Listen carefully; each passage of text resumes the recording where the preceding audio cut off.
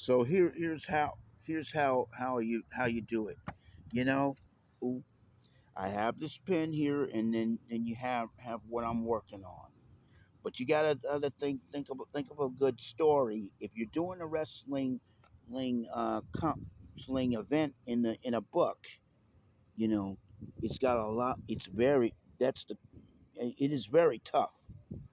The tough part is you got to make sure you have enough wrestlers to cover the story, and the toughest part is you gotta create your own wrestlers as well. You know, because in fact, this is Liv Morgan right here, but she's a real wrestler. She's WWE, and here this is one of my creations, Red Flag. Yeah. and and I make believe that the red flag is the women's intercontinental champion. We all know the real women's intercontinental champion is the man Becky Lynch. But anyway, wait, this comic book story here is a lot different than what you see on television. So all you gotta do is is make a wrestler, and then you work on it. If you're doing storylines, ain't you make them you know conversation do conversations here do conversations, you know make her talking to another wrestler, you know whether it's like hostile statements. See, as Liv Morgan would say, watch me. You see, and just color it out. Just color it out like here.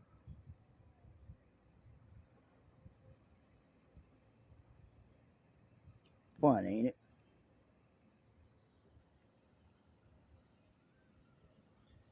And then think of the thought balloons and speech balloons, and then you write down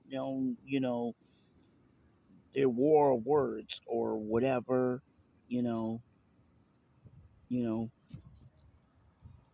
you see I am sketching the red flag trying to interrupt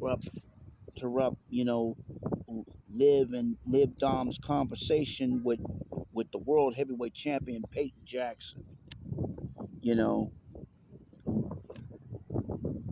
and then asking Liv with the red flag, asking Liv, "What you talking about?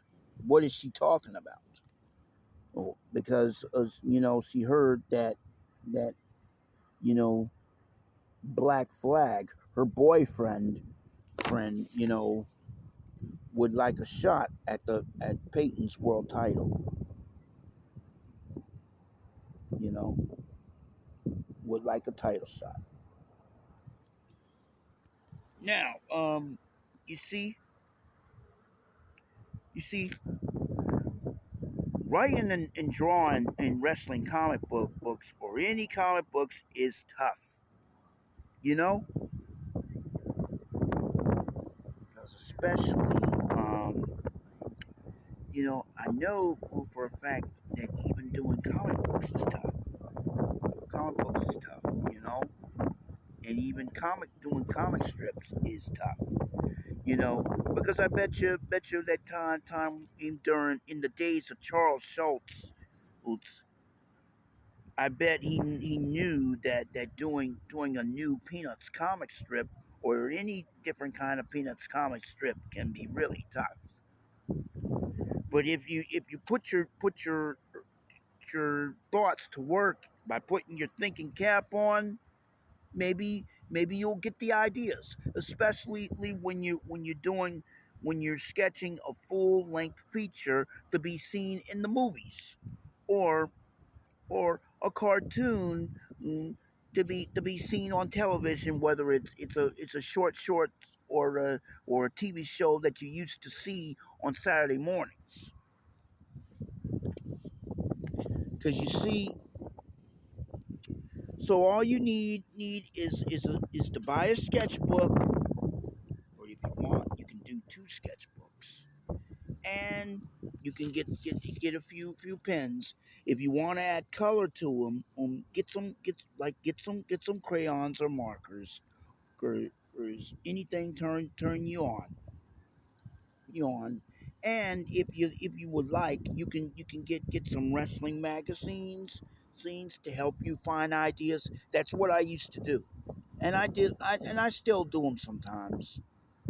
And if you want, you can browse into your phone and look into some streaming apps, some wrestling streaming apps, like to watch some wrestling footages on, whether it's on YouTube or Peacock for WWE, or TNA A plus, whatever, or use some old school wrestling on Tubi, as well. You know, so so that's all I need to tell you about how to do a wrestling comic book. But make sure you take your time on it, because doing a comic book takes a lot of time, and it takes a lot of work and a lot of thought. So think quickly. No, don't just think quickly, but just take your time. It takes a lot of thinking, and a lot of brains to do a match, do one match, or the entire your card. You know, so that's why you need to do is watch the matches as you do this, or read some wrestling fan scenes to study the looks of wrestlers. You know. So here are my own wrestling characters. You see, when I was a kid back in 1998, I created Slam Tunes. Well, here's one of my latest Slam Tune characters. One, there's Red Flag right there. Then you got Peyton Jackson. You see, the mascot of Peyton O's cereal, Black Flag, the bald-headed guy who looks almost just like Ezekiel Jackson, or Bad News Allen, Bad News Brown, whatever you want to call him. And and well, these are Chuck E. Cheese characters. You know, sometimes I use them to introduce the readers to WWE, and pretending that they are WWE announcers to promote Chucky's place for kids, and Chucky's Arcade.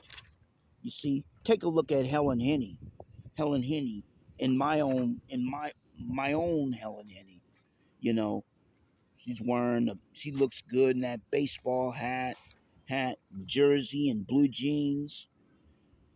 Different than the Helen that you see at Chuck E. Cheese, where she's without the baseball hat, wearing dress and jeans.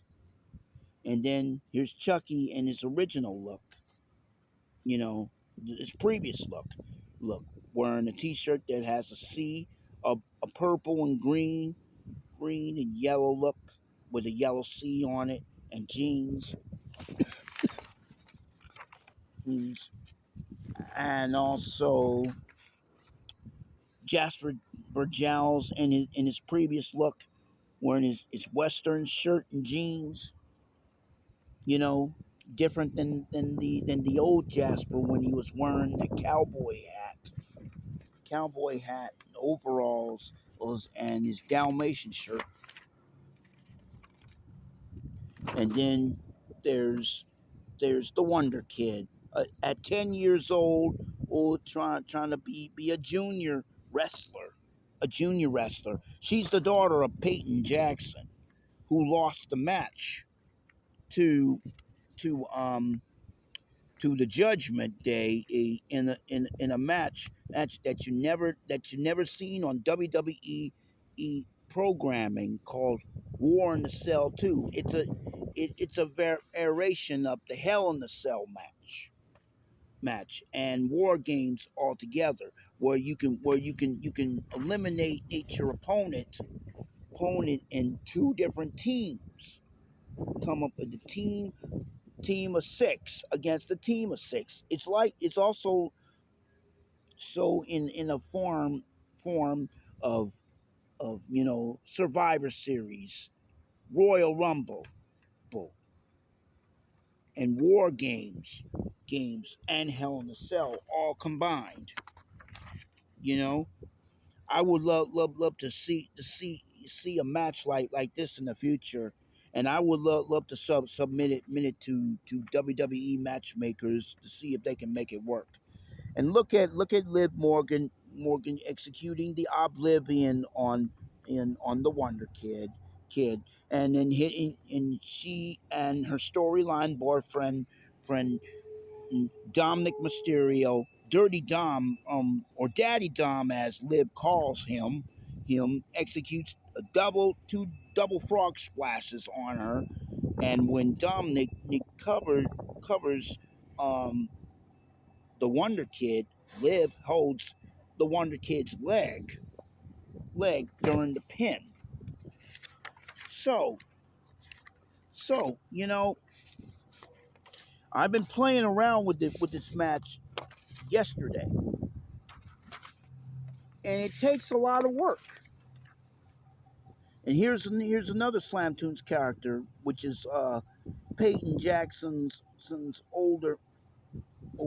uncle, Jammin' Jason Jackson, and peppering his own niece Peyton Jackson with shots of his own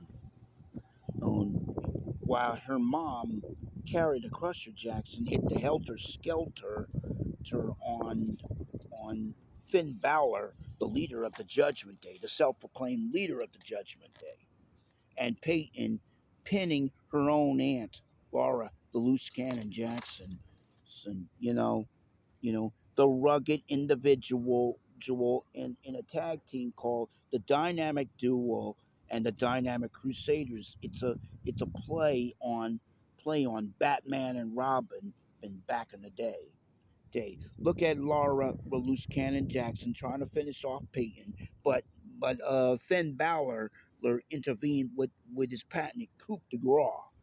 And look at um you know Jam and Jason Jackson hitting the stun bomb on Peyton, the move his brother uses. And look at the Wonder Kid hit the Wonder Maker on Liv, while Peyton spears down on the Wonder Kid. And then mm, you know, Liv Morgan can intervene, starting the ruckus, is trying to for the turning point, and then they try to finish off um, Dirty Dom with Carrie and the Wonder Kid, Irish ripping Dirty Dom. Look at Laura and Peyton staring down, and then you have Finn Balor and Peyton lifting up Mallory the Mauler Langford for it over the top rope and crashing her her down on the table before pinning her 1, 2, 3. You know, and then before you know it, there's Daddy Dom eliminating Mallory's friend, who is Paul Peyton's brother, the Dalton Soulman Jackson. And then I played it all, I've been doing wrestling books ever since I was a teenager during Newark Arts High School back in 1998. And I know there could be some wrestling fans who are talented, who can draw, who knows how to draw wrestlers the same way I do. There ought to be some around. So if those of you out here, that does this like I do, you just do me a favor. You can show it on social media. Hit a like and give me your opinion. And look at Mallory body slamming Finn Balor down. And then you're looking at the undisputed champion and one half of the World Tag Team Champions in the U.S. Puerto Rican Express. That's Selah, you know, watching the matchup. Okay, okay. Now that's all there is to know about how to do a comic book like this. But I'm gonna let you know it is tough. The process is tough. You gotta write down the listing of wrestlers that you wanna put in the story, e- while you're doing the match like this. You know, but there's one problem. I be losing the listings, and then I have to make another listing.